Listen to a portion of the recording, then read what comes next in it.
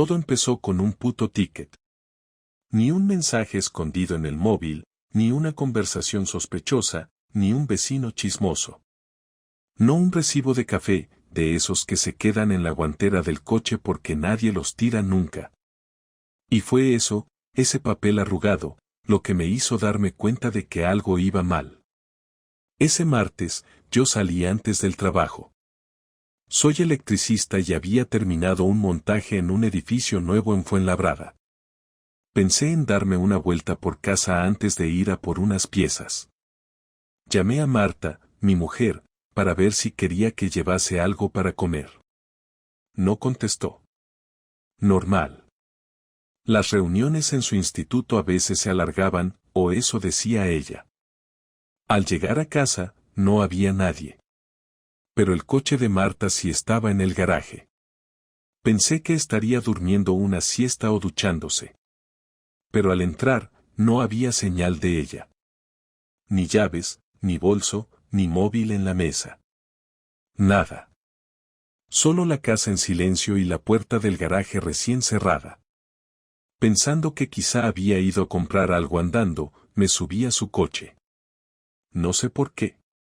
Curiosidad, aburrimiento, o ese instinto raro que te da justo antes de que tu vida se desmonte.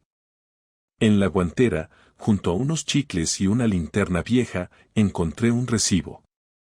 2 cafés, un croissant y una tostada. A las 11:26 de esa misma mañana. Hasta ahí, todo normal. Pero el sitio me hizo frenar.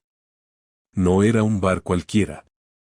Era un café boutique en el centro de Madrid, de esos modernos donde sirven el café en vasos de cristal y el azúcar viene en sobrecitos con frases inspiradoras. Uno de esos lugares donde ella y yo nunca íbamos. Donde yo no iría ni obligado.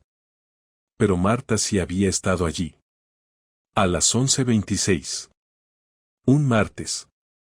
En mitad de su jornada laboral. Ese papelito no decía mucho. Pero en mi cabeza, lo decía todo. No dije nada ese día. No era una prueba de nada. Unticket no es una pistola humeante, pero ya no podía dejar de pensar en ello. Ese café boutique quedaba a 20 minutos de su trabajo, y a esa hora, supuestamente, ella tenía clase. Por la noche, cuando volvió a casa, le pregunté cómo le había ido el día. Me dijo que bien, que la reunión con la jefa de estudios había sido un coñazo y que se le había pasado el día volando.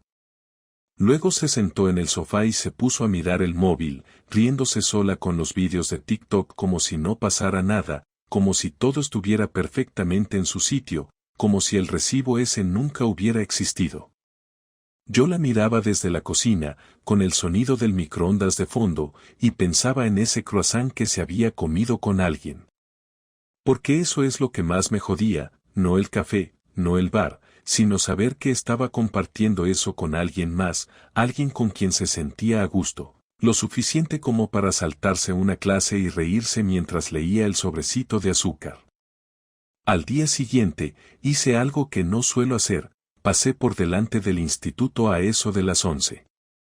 No me bajé del coche ni me acerqué, solo me quedé en una calle lateral desde donde podía ver la entrada. Estuve ahí casi una hora. Marta no salió, pero eso tampoco significaba nada. Quizá ese día sí estaba en clase. Volví al trabajo con el estómago revuelto y sin haber sacado nada en claro, pero con la sensación de que algo se me escapaba. Pasaron unos días y no encontré nada más raro, hasta el domingo. Marta dijo que iba a casa de su madre, que se sentía un poco rara y que prefería pasar la tarde allí porque su madre le había hecho lentejas. A mí me pareció raro que se fuera justo después de comer en casa, pero no dije nada. Me quedé viendo un partido y luego me fui a dar una vuelta con el coche. No tenía ningún plan, solo necesitaba salir. En un semáforo, se me cruzó la idea de pasar por casa de su madre, solo por curiosidad. Cuando llegué, me quedé en la esquina, dentro del coche, esperando ver si salía. Estuve ahí casi 40 minutos. Nadie entró ni salió. No había ningún coche aparcado frente al portal que fuera suyo. Llamé al telefonillo desde el móvil. Su madre contestó, con voz tranquila, como siempre. Le pregunté por Marta, si seguía allí. ¿Marta? No, hijo, no ha venido hoy. ¿Por qué? Corté rápido. Me inventé que me había confundido, que ya hablábamos otro día. Luego me quedé ahí sentado, mirando al frente sin pensar en nada. Solo vacío. No me fui directo a casa. Di vueltas, muchas. Puse gasolina, compré un paquete de chicles, paré a fumar un cigarro aunque ya había dejado de fumar. A las 8, volví a casa. Marta llegó a las 8:30, como si nada. Dijo que su madre le había contado que iba a operarse de cataratas, que estaba preocupada, que no sabía si contármelo. Yo asentí, fingí que me importaba. Cenamos tortilla y una ensalada insípida. Luego se metió en la ducha y salió con esa camiseta vieja que siempre decía que le gustaba porque era cómoda. Se sentó al lado mío en el sofá y apoyó la cabeza en mi hombro. No dormí bien esa noche. Me desperté varias veces. En una de ellas, ella estaba despierta, mirando el techo. No hablamos. El lunes siguiente pedí un día libre en el trabajo. Dije que tenía que hacer trámites en el ayuntamiento. En realidad, me fui directo al café boutique. Me senté en una mesa cerca del ventanal y pedí lo mismo del ticket, 2 cafés, un croissant, una tostada. Me lo trajo una camarera joven, con cara de sueño. Comí despacio, mirando a todos los que entraban. Ninguna cara conocida. Pregunté si podía pagar con tarjeta y si me podían dar el ticket, que lo necesitaba para la empresa. Me lo dieron. Mismo formato, misma impresión. Guardé el papel en la cartera. Volví al coche y me quedé dentro. No sabía qué esperaba. Quizá verla entrar, quizá ver a ese otro con quien compartía los croissants. No apareció nadie. Pero yo ya tenía claro que tenía que hacer algo más. Algo que me diera una respuesta. Esa noche, mientras ella dormía, fui al garaje. Me metí en su coche, abrí la guantera y miré dentro. Encontré una bolsa de tela. Dentro había 2 tickets más, uno de una tienda de ropa, otro de una pastelería de barrio, ambos de días en los que supuestamente había estado trabajando. Me fui al despacho y abrí el portátil. Empecé a revisar los movimientos de nuestra cuenta conjunta. Ella no sabía que yo tenía acceso. La mayoría eran cosas normales, gasolina, supermercado, Amazon. Pero entre esas, había varios cargos de esa cafetería, de un restaurante italiano en Malasaña y uno de una floristería. No había vuelta atrás. Dejé de buscar más. Cerré el portátil y me quedé ahí, solo, en silencio. No había un mensaje explícito, ni una foto incriminatoria. Pero era suficiente. Era más que suficiente. No lo planeé con detalle, no escribí nada en papel ni ensayé delante del espejo como en las películas, simplemente llegó el momento. Era miércoles por la noche, yo había vuelto temprano del trabajo y Marta aún no había llegado. Preparé 2 platos de pasta y los dejé en la mesa. Me senté a esperar, mirando la pantalla apagada del televisor, sin tocar el móvil, sin encender la radio. Cuando por fin entró por la puerta, se notaba de buen humor. Llevaba el pelo recogido como cuando salía con sus amigas y traía una bolsa pequeña de una tienda de cosmética. Me dio un beso en la mejilla y dijo que olía bien la cena. Le contesté que era lo mismo de siempre, que no esperara gran cosa. Se sentó frente a mí y empezó a hablar de su día, de una compañera que había perdido los nervios con los alumnos, de lo mal que estaban los adolescentes últimamente. Yo solo asentía, dejándola hablar. No quería interrumpir, quería que hablara sin saber lo que venía. Cuando terminó su historia y empezó a cortar la pasta, solté lo primero, no fuiste a casa de tu madre el domingo. Levantó la vista con la boca llena, paró de masticar un segundo, y luego tragó rápido. ¿Cómo? Dijo. El domingo. Me dijiste que ibas con tu madre. No fuiste. Lo sé porque hablé con ella. Marta dejó el tenedor en el plato, cruzó los brazos y me miró con la ceja levantada. ¿Me estás espiando ahora o qué? Le contesté que no necesitaba espiarla para saber cuando me estaba mintiendo, que su madre me lo dijo tan tranquila, que no sabía que supuestamente había estado allí. Ella resopló y se levantó de la mesa. Se apoyó en la encimera con los brazos cruzados. Vale, no fui, ¿y qué? No me encontraba bien, necesitaba estar sola, pensé que si decía la verdad empezarías con preguntas. Le dije que no me molestaba que necesitara estar sola, lo que me molestaba era que mintiera como si nada, que usara a su madre como coartada, que se inventara historias con tanto descaro.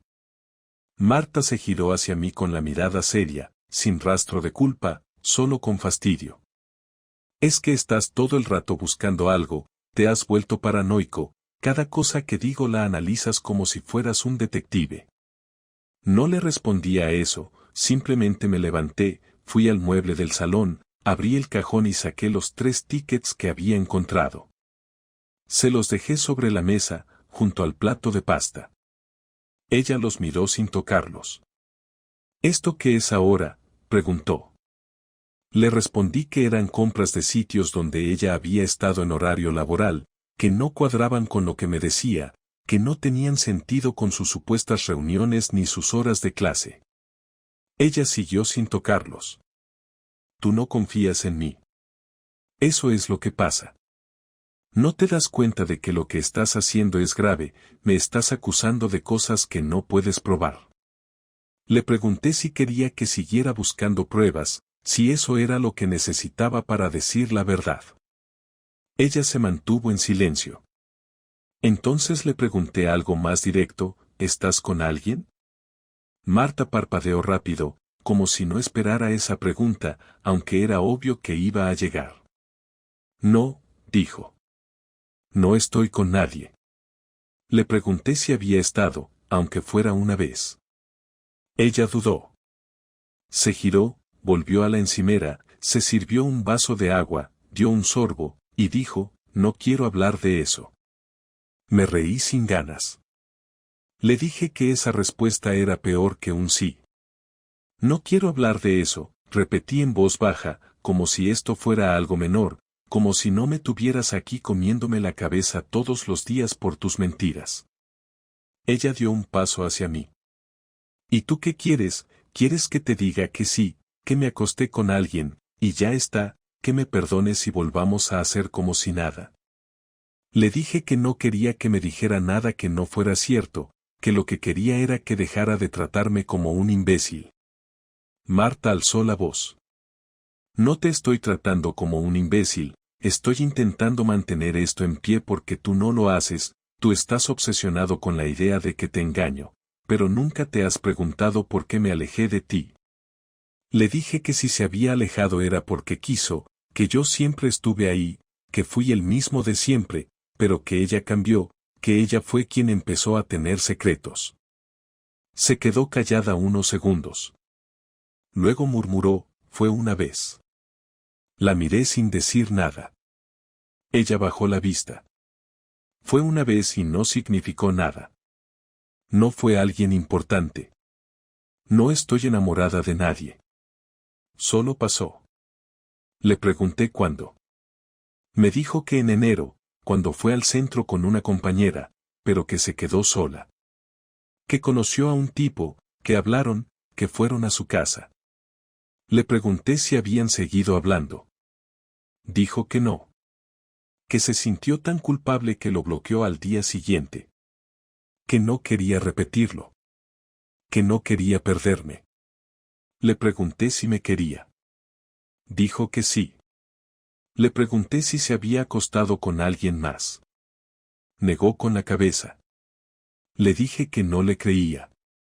Que algo en su forma de hablar, en cómo lo contaba todo, no cuadraba. que parecía más molesta por haber sido descubierta que por haberme fallado. Ella no dijo nada. Se sentó de nuevo en la silla, recogió los tickets y los rompió en pedacitos. Los dejó sobre la mesa como si eso fuera suficiente. Esa noche no dormimos en la misma cama. Cerré la puerta de la habitación y dormí en el sofá, sin sábanas ni almohada, con la cabeza hirviendo y el cuerpo pesado. A las 4 de la mañana fui a la cocina a beber algo y la encontré sentada en la oscuridad, con la mirada perdida. No hablamos. No hacía falta. Esa mañana me levanté con la boca seca y el cuello destrozado del sofá. Marta no estaba en la cocina, ni en el baño, ni en el salón. Su coche seguía en el garaje, así que imaginé que estaría en la habitación encerrada. No quise verla. Fui directo a la ducha, desayuné de pie junto al fregadero y salí sin hacer ruido. No podía seguir así, no después de todo lo que había escuchado la noche anterior. Yo no era el tipo de persona que reaccionaba con gritos o empujones, nunca me gustó el drama, pero algo dentro de mí pedía moverse, hacer algo, no quedarme con los brazos cruzados mientras ella se limpiaba la boca diciendo que fue una vez y que no significó nada. Para ella había sido un accidente, un desliz sin importancia, pero para mí fue una puñalada lenta, un hueco en el estómago que no se iba ni aunque respirara hondo. Pasé todo el día en el trabajo como un zombi, pero por la tarde, de camino a casa, se me ocurrió algo. No fue una revelación, solo una idea práctica. Si ella no pensaba asumir consecuencias, si todo iba a quedar en una disculpa tibia y unos tickets rotos, entonces iba a hacer que al menos sintiera el peso real de lo que había hecho. En casa no dije nada, cenamos en silencio. Ella me preguntó si quería hablar. Le dije que no. Que necesitaba tiempo. Fue la primera vez en muchos días que no intentó explicarse. Creo que notó algo en mi tono. Algo diferente. El viernes me tomé el día libre. Fui al banco y abrí una cuenta nueva solo a mi nombre.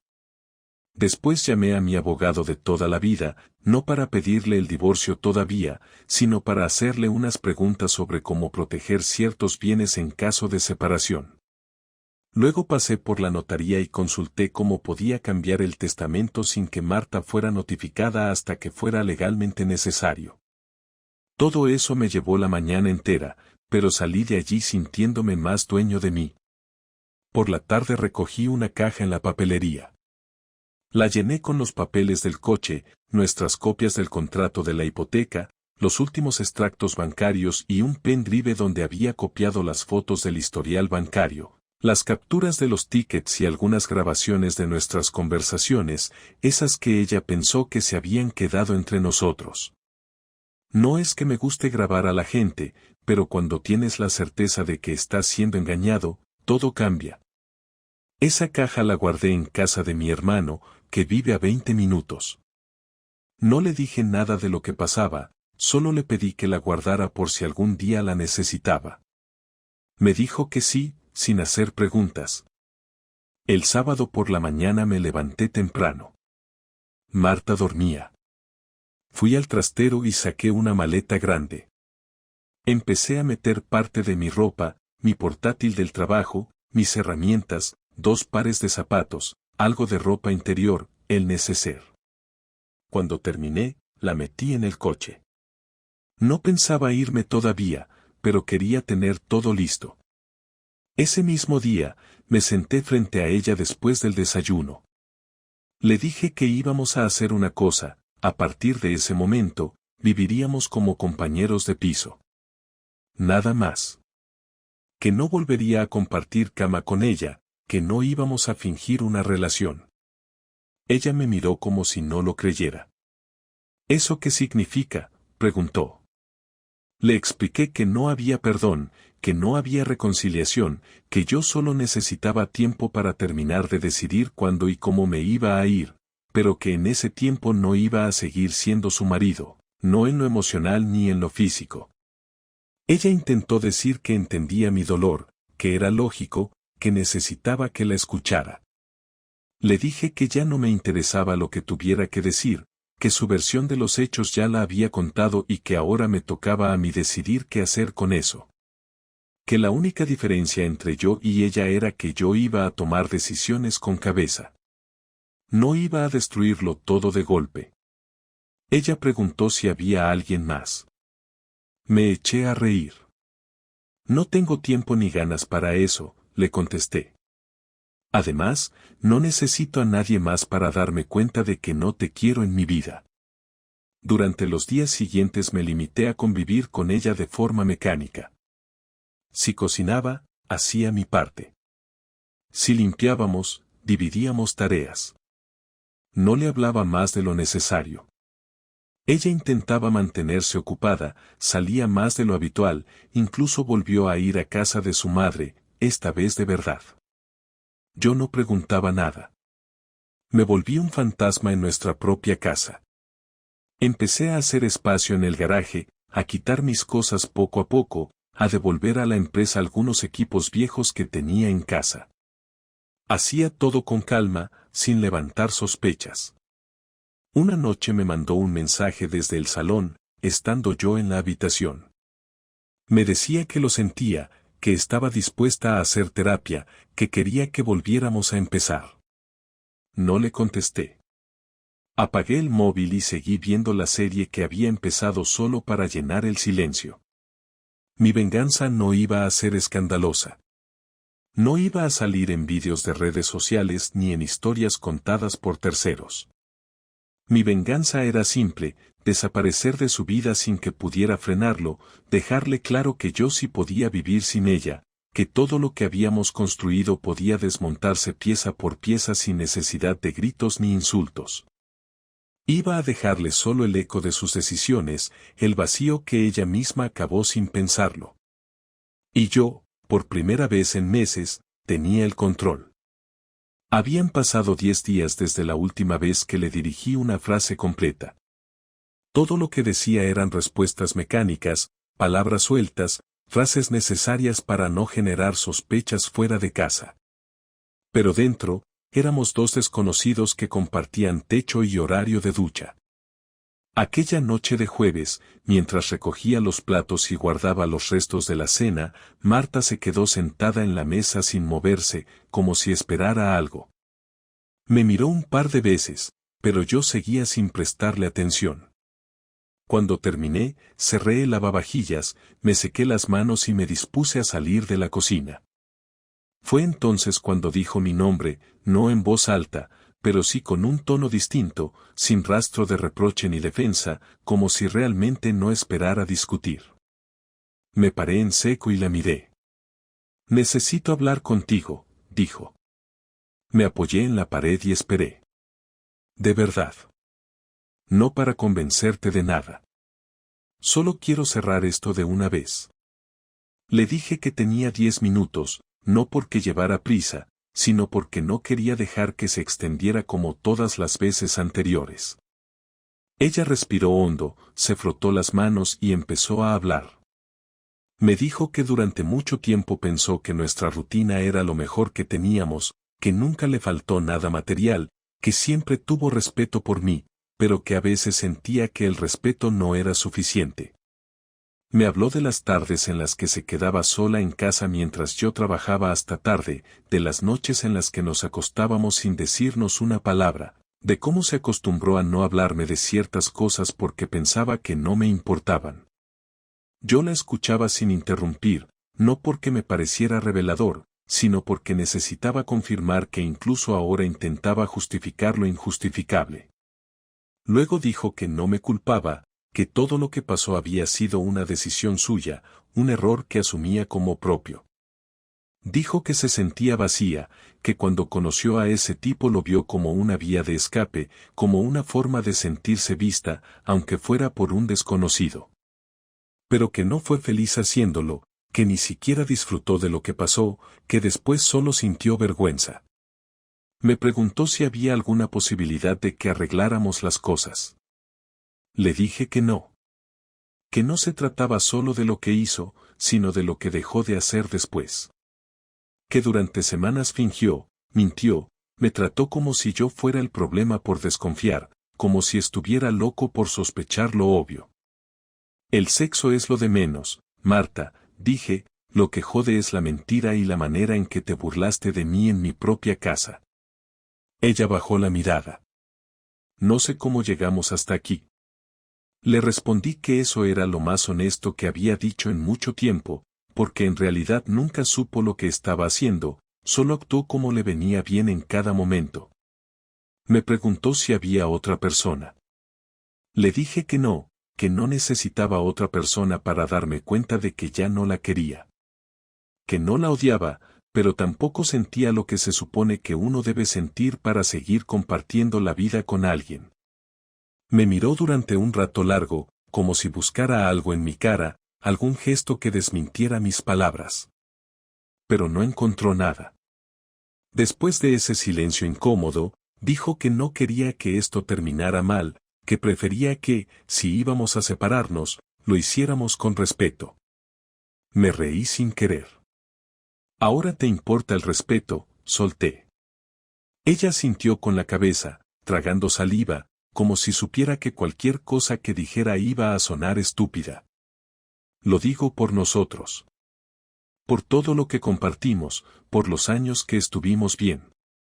Le dije que no iba a hacer escándalos, que no iba a insultarla ni a hablar mal de ella con nadie.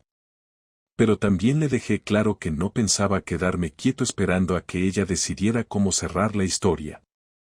Que ya había empezado a mover cosas, que ya estaba en contacto con un abogado, y que en cuestión de días le llegaría la documentación del proceso. Ella no respondió nada.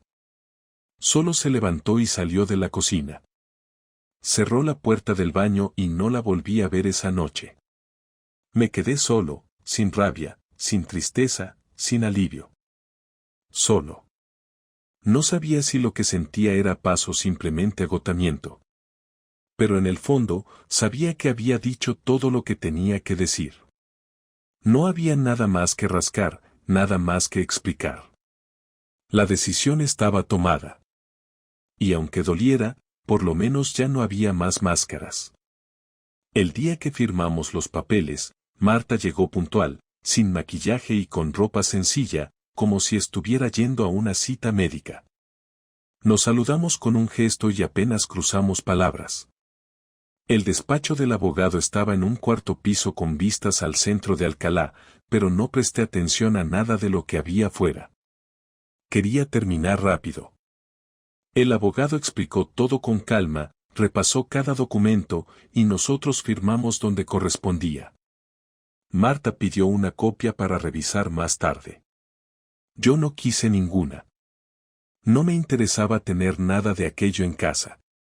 Cuando salimos, caminamos juntos unos metros hasta la salida del edificio, y al llegar a la puerta, me preguntó si quería tomar un café.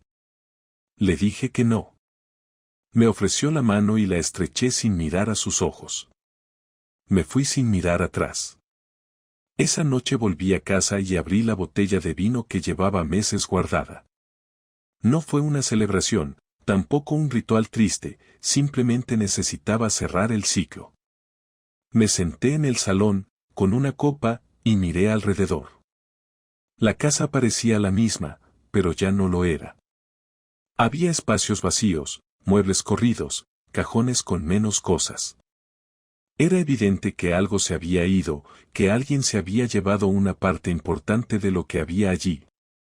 Pero yo no sentía nostalgia, sentía una especie de alivio que tardé semanas en reconocer. Dormí bien por primera vez en mucho tiempo.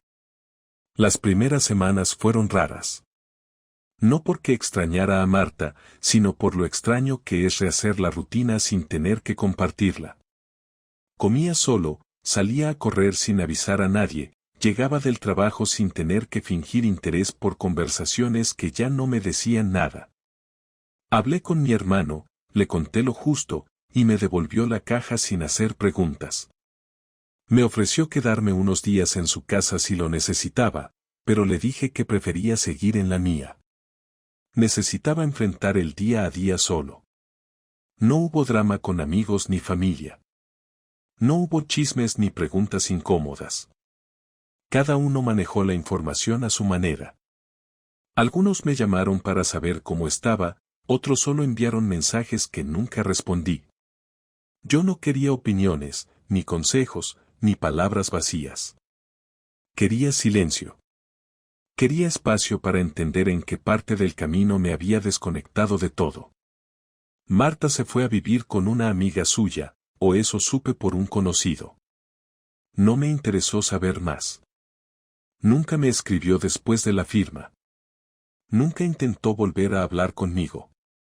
Lo acepté como un acto de respeto o como una forma cobarde de terminarlo, pero en cualquier caso, lo agradecí.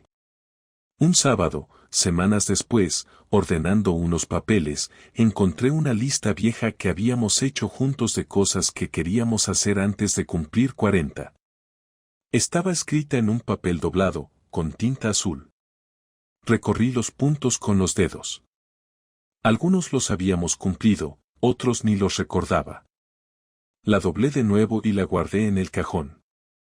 No porque quisiera conservarla, sino porque aún no había decidido qué hacer con todos esos recuerdos sin uso. Con el tiempo, empecé a recuperar cosas pequeñas. Dormir bien, comer sin ansiedad, reírme solo viendo una serie estúpida, mandar mensajes sin tener que justificar con quién hablaba. A veces me sentaba en una terraza a observar a la gente. Me gustaba ver parejas y pensar que muchas de ellas estaban igual que yo había estado. No por rencor, sino porque me hacía sentir menos solo, menos ingenuo. Aprendí que no hay garantías en ninguna relación, que uno puede hacerlo todo bien y aún así acabar en el suelo. Entendí que el amor no se sostiene con gestos automáticos ni con rutinas bien marcadas. No se trata de estar, sino de querer seguir estando. Y eso fue lo que faltó. Yo seguí estando, ella dejó de querer. No tengo un final espectacular para contar. No hice un viaje para encontrarme a mí mismo, no conocí a otra persona que me devolviera la fe en el amor, no publiqué ningún mensaje profundo en redes sociales. Solo seguí con mi vida, como lo hace todo el mundo después de una ruptura. Con tiempo, con dudas, con días buenos y otros de mierda. Pero seguí. Hoy, meses después, puedo decir que estoy en paz. No feliz, no completamente curado, pero en paz. Tengo mi trabajo, mi rutina, mis fines de semana tranquilos. A veces salgo con gente del curro, otras me quedo en casa leyendo o cocinando. No tengo prisa por empezar algo nuevo, no tengo miedo de estar solo. Me basta con saber que no me quedé donde no me querían. Eso es todo. No hay moraleja, no hay consejo. Solo una historia que empezó con un ticket de café y terminó con una firma en un papel. Todo lo que pasó en medio fue dolor, dudas y decisiones. Nada más. Pero suficiente para cambiarlo todo.